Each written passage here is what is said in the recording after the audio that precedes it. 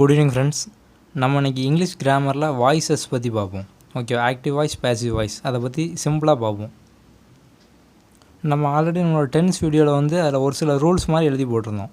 அந்த ரூல்ஸை வந்து நீங்கள் கரெக்டாக ஞாபகம் வச்சுக்கிட்டீங்க, சிம்பிளாக இருக்கும். அந்த ரூல்ஸை கரெக்டாக ஞாபகம் வச்சுக்கிட்டு அதை டெய்லி நீங்கள் வந்து ஒவ்வொரு சென்டென்ஸ், ஒரே சென்டென்ஸில் வந்து 12 டென்ஸும் எழுதி பார்த்தீங்க அப்படின்னா உங்களுக்கு டென்ஸ் மறக்காது அப்படின்னு சொன்னோம். கண்டிப்பாக எல்லோரும் ப்ராக்டிஸ் பண்ணியிருப்பீங்க அப்படின்னு நினைக்கிறேன். அதேமாதிரி நீங்கள் நம்ம வாய்ஸ்லேயும் வந்து ஒரு சில ரூல்ஸ் இருக்குது. இது வந்தால் இதான் வரும், ஓகேவா? அந்த மாதிரி நீங்கள் புரிஞ்சுட்டீங்க அப்படின்னா அந்த வாய்ஸ் ஈஸியாக போட்டுடலாம். வாய்ஸ் வந்து ரொம்ப சிம்பிள் தான். இதை படிக்கிறதுக்கு ஒரு 20 நிமிஷம் ஆகும், ஓகேவா? இல்லை 10 நிமிஷம் தான் ஆகும். என்ன அப்படின்னா ஆக்டிவ் வாய்ஸில் இது இருக்கும், அது பேசிவில் இதாக மாறும், அவ்வளோதான். அந்த மாதிரி மட்டும் நீங்கள் புரிஞ்சு வச்சுக்கோங்க. ஓகே, நம்ம இன்றைக்கி பார்ப்போம்.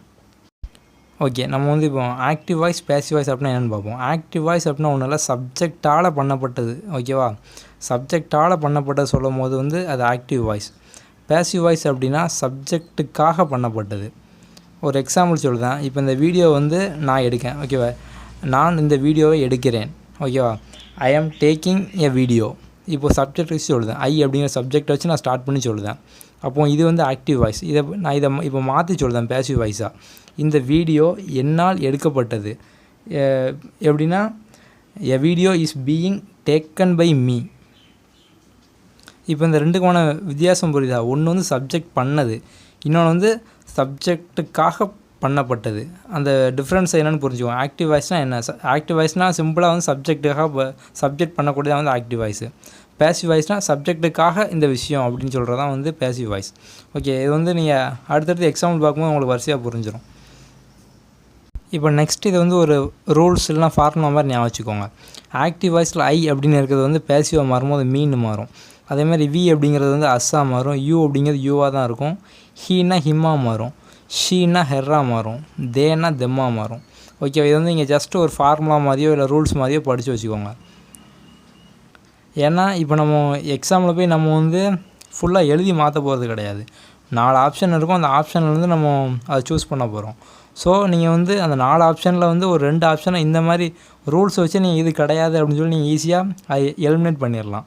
அதனால் இதெல்லாம் கரெக்டாக ஞாபகம் வச்சுக்கோங்க. ஓகே, இப்போ நெக்ஸ்ட்டு சொல்லக்கூடிய அந்த 9 ரூல்ஸையும் நீங்கள் ஞாபகம் வச்சுக்கிட்டீங்க அப்படின்னா அவ்வளோதான். இந்த ஆக்டிவ் வாய்ஸ், பேசிவ் வாய்ஸ் வந்து சிம்பிள். இதோட இந்த ரூல்ஸ் எல்லாம் முடிஞ்சது, நீங்கள் ஈஸியாக போட்டுடலாம். ஓகே, நான் ஒன்று ஒன்றா சொல்லுதேன். ஃபஸ்ட்டு வந்து இந்த ரைட் அப்படின்னு இருக்குது. அது ஆக்டிவில் வந்து ரைட் அப்படிங்கிறது பேசிவில் வந்து மாறும்போது எப்படி மாறும் அப்படின்னா சிங்குலர்னால் இஸ் ரிட்டனாக மாறும். இதே ப்ளூரல்னால் ஆர் ரிட்டனாக மாறும், ஓகேவா? அதே மாதிரி வந்து ரோட் அப்படிங்கிற இந்த பாஸ்ட் டென்ஸில் இருக்குது. அது எந்த மாதிரி மாறும்னா வாஸ் இல்லைனா வேர்.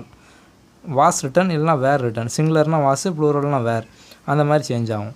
அதே மாதிரி தான் தேர்ட் ஒன் வந்து is was. Okay, singular is writing இல்லைனா வாஸ் ரைட்டிங். அது எப்படி மாறுனா இஸ் பீயிங் ரிட்டனு. நம்ம வந்து ஆல்ரெடி இந்த கண்டினியூஸ் ஃபார்ம்னால் வந்து ஐஎன்ஜியில் முடியும். இந்த மாதிரிலாம் நம்ம வந்து டென்ஸ்லேயே பார்த்துட்டோம். ஓகே, நீங்கள் வந்து இங்கே கூட இது ஒரு ஃபார்முலா ஞாபகம் வச்சுக்கோங்க. ரைட்டிங்னு வந்தால் பீயிங் ரிட்டன் வரும், ஓகேவா? நீங்கள் எல்லா இடத்துலையும் பாருங்கள் ரைட்டிங்னு இருந்ததுன்னா அது வந்து பீயிங் ரிட்டன் ஆகும். அதுமாதிரி வந்து இந்த ப்ரெசன்ட் டென்ஸில் ரைட் அப்படின்னு இருந்துச்சுன்னா ரிட்டனாக தான் மாறும். ரோட்டுன்னு இருந்தாலும் அது வந்து ரிட்டனாக மாறும். அதுமாதிரி அதில் வரக்கூடிய வெர்பு வந்து பாஸ்ட் வெர்பாக இருக்கும். ரோட் அப்படின்னா வாஸ் ரிட்டன் அப்படின்னு வரும். இப்போ ப்ரெசென்ட்டில் இருக்க ரைட் அப்படிங்கிறது எப்படி மாறி இருக்குது அப்படின்னா இஸ் ரிட்டன் அப்படின்னு மாறி இருக்குது. ஓகே, இப்போ ஃபோர்த் ஒன் பாருங்கள், வில் ரைட்டு. வில் ரைட்டுங்கிறது எப்படி மாறும் அப்படின்னா வில் பி ரிட்டனு. வில்ங்கிறது ஃப்யூச்சர், அப்போ வில் பி ரிட்டனாக மாறும். அஞ்சாவது வந்து கேன் ரைட் அப்படிங்கிறது வந்து கேன் பி ரிட்டனாக மாறும். அதுக்கடுத்து ஹேஸ், ஹேவ், ஹேடு. இந்த மூணுமே எப்படி மாறும்னு பார்த்தீங்கன்னா எக்ஸ்ட்ரா ஒரு பீன் அப்படிங்கிற ஒரு வெர்ப் ஆட் ஆகும். Has been written, have been written, had been written. Okay, simple தான். இது வந்து இதை படிக்கிறதுக்கு ஒரு நிமிஷம் 2 நிமிஷம் கூட ஆகாது. இந்த ஃபார்முலாவை நீங்கள் ஃபார்முலா மாதிரி படிச்சுக்கோங்க. இதை படிச்சிட்டிங்க அப்படின்னா நீங்கள் ஆக்டிவ் வாய்ஸ் ஈஸியாக போட்டுடலாம். ஓகே, நெக்ஸ்ட்டு வந்து லாஸ்ட் ஒன் மஸ்ட் ரைட் அப்படிங்கிறது மஸ்ட் பி ரிட்டன். ஓகே, நம்ம அடுத்து வந்து எக்ஸாம்பிள் பார்ப்போம். ஓகே, இந்த எக்ஸாம்பிள் எல்லாமே நம்ம வந்து ஒரே ஒரு சென்டென்ஸை வச்சா நம்ம வந்து எல்லா எக்ஸாம்பிளுமே எழுதியிருப்போம். நீங்கள் ப்ராக்டிஸ் பண்ணும்போது ஒரே ஒரு சென்டென்ஸை மட்டும் எடுத்துக்கிட்டு அதில் எல்லா ஆக்டிவ் வாய்ஸ் வந்து பேசிவ் வாய்ஸாக மாற்றி பாருங்கள். அப்படின்னா வந்து உங்களுக்கு எங்கெங்கே நம்ம தப்பு விடுவோம் அப்படிங்கிறது உங்களுக்கு கரெக்டாக புரியும். ஓகே, ஃபஸ்ட்டு சென்டென்ஸ் பாருங்கள், சாம் குக்ஸ் த ஃபுட்டு. இது எப்படி இருக்குது? சாம் குக்ஸ், இது வந்து ப்ரெசன்ட் டென்ஸில் இருக்குது, ஓகேவா? இதே பாஸ்ட் டென்ஸ்னால் எப்படி இருக்கும்? குக்குடு அந்த மாதிரி இருக்கும். அப்போ இது வந்து ப்ரெசன்ட் டென்ஸில் இருக்குது. அப்போது இதில் சாம் அப்படிங்கிறது என்னது? சப்ஜெக்ட்டு. குக்ஸ் த ஃபுட்டு, குக்ஸுன்னா வெர்பு, த ஃபுட்டுங்கிறது ஆப்ஜெக்ட்டு. அப்போ இந்த ஆக்டிவ் வாய்ஸில் வந்து சப்ஜெக்ட் அப்படிங்கிறது அங்கே எங்கே போகும், அந்த எண்டில் போயிடும். அதே மாதிரி இங்கே இருக்கக்கூடிய ஆப்ஜெக்ட் வந்து பேசிவில் ஃபஸ்ட்டு வந்துடும். த ஃபுட் அப்படிங்கிறது ஃபஸ்ட்டு வந்துடும். இது ப்ரெசன்ட் டென்ஸில் இருக்குது அப்படிங்கிறதுனால நம்ம ப்ரெசன்ட் வெர்ப் தான் போடுவோம். ஓகே, அப்போ என்ன வரும்னு பாருங்கள், த ஃபுட். ஓகேவா, த ஃபுட் ஆப்ஜெக்ட் முதல்ல வந்துட்டு இஸ், இது ப்ரெசன்ட் டென்ஸ் அப்படிங்கிறனால ப்ரெசன்ட் வெர்ப் போடுவோம். அதுமாதிரி நம்ம வந்து அதில் பார்த்தோம், ப்ரெசன்ட் டென்ஸில் இருக்கும்போது அங்கே ரைட் அப்படிங்கிற ரிட்டனாக மாறும் அப்படின்னு பார்த்தோம். அப்போ இங்கே குக் அப்படிங்கிற எப்படி மாறும், குக்குடாக மாறும். ஓகே, அப்போ cooked, the food is cooked by Sam. ஓகேவா, லாஸ்ட்டில் பாருங்கள் பை சாம் அப்படின்னு முடியுது. நான் இதில் இன்னும் ஒரு விஷயம் சொல்லுவேன், இந்த லாஸ்ட்டில் பை சாம் அப்படின்னு முடியுதா, இந்த பை அப்படிங்கிற வேர்டு இருக்குது பார்த்தீங்களா, பைக்கு ரைட் சைடில் உள்ளது என்னவாக இருக்கும் அப்படின்னு பார்த்தீங்கன்னா சப்ஜெக்டாக இருக்கும். அதேமாதிரி லெஃப்ட் சைடில் உள்ளது என்னென்னு பார்த்தீங்கன்னா வெர்பாக இருக்கும். நீங்கள் எல்லா சென்டென்ஸ்லையுமே பாருங்கள், பைக்கு அடுத்து இருக்கக்கூடிய வார்த்தை வந்து சப்ஜெக்டாக இருக்கும், பைக்கு முன்னால். ஓகேவா, பைக்கு லெஃப்ட் சைடில் இருக்கக்கூடிய வேர்டு வந்து வெர்பாக இருக்கும். ஓகேவா, இதை வந்து நீங்கள் ஞாபகம் வச்சுக்கோங்க. ஓகே, நெக்ஸ்ட்டு பாருங்கள், சாம் குக்குடு த ஃபுட்டு. இது பாஸ்ட் டென்ஸில் இருக்குது. அப்போ இங்கே வரக்கூடிய வெர்பு மட்டும் பாஸ்ட்டில் வரும். The food was cooked by Sam.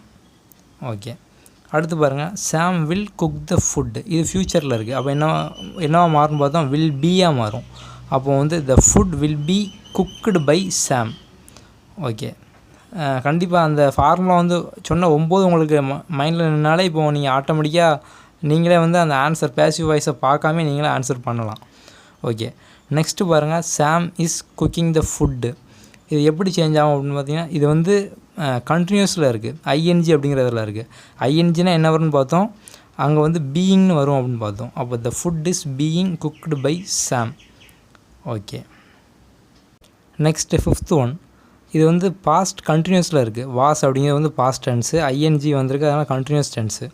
Okay, அப்போ Sam was cooking the food. இது எப்படி மாறும், ஆப்ஜெக்ட் மாறல, த ஃபுட் வந்துடும். அதுக்கடுத்து வாஸ் ஐஎன்ஜி இருக்கிறதுனால பீயிங் வரும், பீயிங் குக்குடு பை சாம். இதுலேயும் பாருங்கள், அந்த பைக்கு அடுத்து இருக்கக்கூடிய வார்த்தை வந்து சப்ஜெக்டாக இருக்குது, சாம் அப்படிங்கிறது. பைக்கு முன்னால் லெஃப்ட் சைடில் இருக்கக்கூடியது என்னதாக இருக்குது, வெர்பாக இருக்குது. ஓகே, இதெல்லாம் நீங்கள் கரெக்டாக பார்த்து வச்சுக்கோங்க. நீங்கள் வந்து ஆப்ஷனை சூஸ் பண்ணும்போது இதை வச்சு கூட நீங்கள் டக்குன்னு இதெல்லாம் இருக்காது அப்படிங்கிற மாதிரி எலிமினேட் பண்ணிடலாம். அதுக்காண்டி தான் நான் இதெல்லாம் சொல்லுவேன். நெக்ஸ்ட்டு 6th ஒன் பாருங்கள், Sam is going to cook the food. இது எப்படி மாறும் அப்படின்னா, அந்த கோயிங் டூங்கிறது வந்து கோயிங் டு பி அப்படியே மாறும். ஓகேவா, அந்த மஸ்ட் பி அப்படிலாம் பார்த்தோம். அந்த மாதிரி வந்து இது going to be, the food is going to be cooked by சாம்.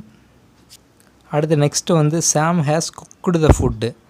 இதில் வந்து ஹேஸ் அப்படிங்கிறது இருக்குது. நம்ம ஆல்ரெடி பார்த்தோம், ஹேஸ், ஹேட், ஹேவ் எல்லாத்தையுமே வந்து பீன் அப்படிங்கிற வேர்டு வந்து ஆட் ஆகும். அப்போ இது என்ன வரும், the food has been cooked by Sam. பேசிவில் எப்படி மாறும். ஓகே, லாஸ்ட் 8th சென்டென்ஸ் பாருங்கள், Sam had cooked the food. ஓகேவா, இங்கேயும் ஹேட் அப்படிங்கிறது இருக்குது. அப்போ ஹேட் பீனாக மாறும், the food had been cooked by Sam. Okay, active voice passive வாய்ஸோட கான்செப்ட் இவ்வளோ தான். நீங்கள் கண்டிப்பாக இதை வந்து நீங்களாக இதே மாதிரி ஒரே ஒரு சென்டென்ஸ் எடுத்துக்கோங்க. ஓகே, நம்ம இப்போ சாம் குக் த ஃபுட்டு எடுத்த மாதிரி நீங்களாக ஒரு சென்டென்ஸ் எடுத்துக்கோங்க. அதை வச்சே நீங்களாக வந்து ஒரு 8 டென்ஸுக்கும் நீங்களாக வந்து என்ன வரும் அப்படிங்கிற மாதிரி நீங்களாக சேஞ்ச் பண்ணி பாருங்கள். இந்த மாதிரி ஒரு 2 சென்டென்ஸ் ஓகேவா, இன்றைக்கி ஒன்று மறுநாள் ஒன்று, அந்த மாதிரி எழுதி பார்த்துட்டிங்க அப்படின்னா உங்களுக்கு வந்து கண்டிப்பாக மறக்கவே செய்யாது.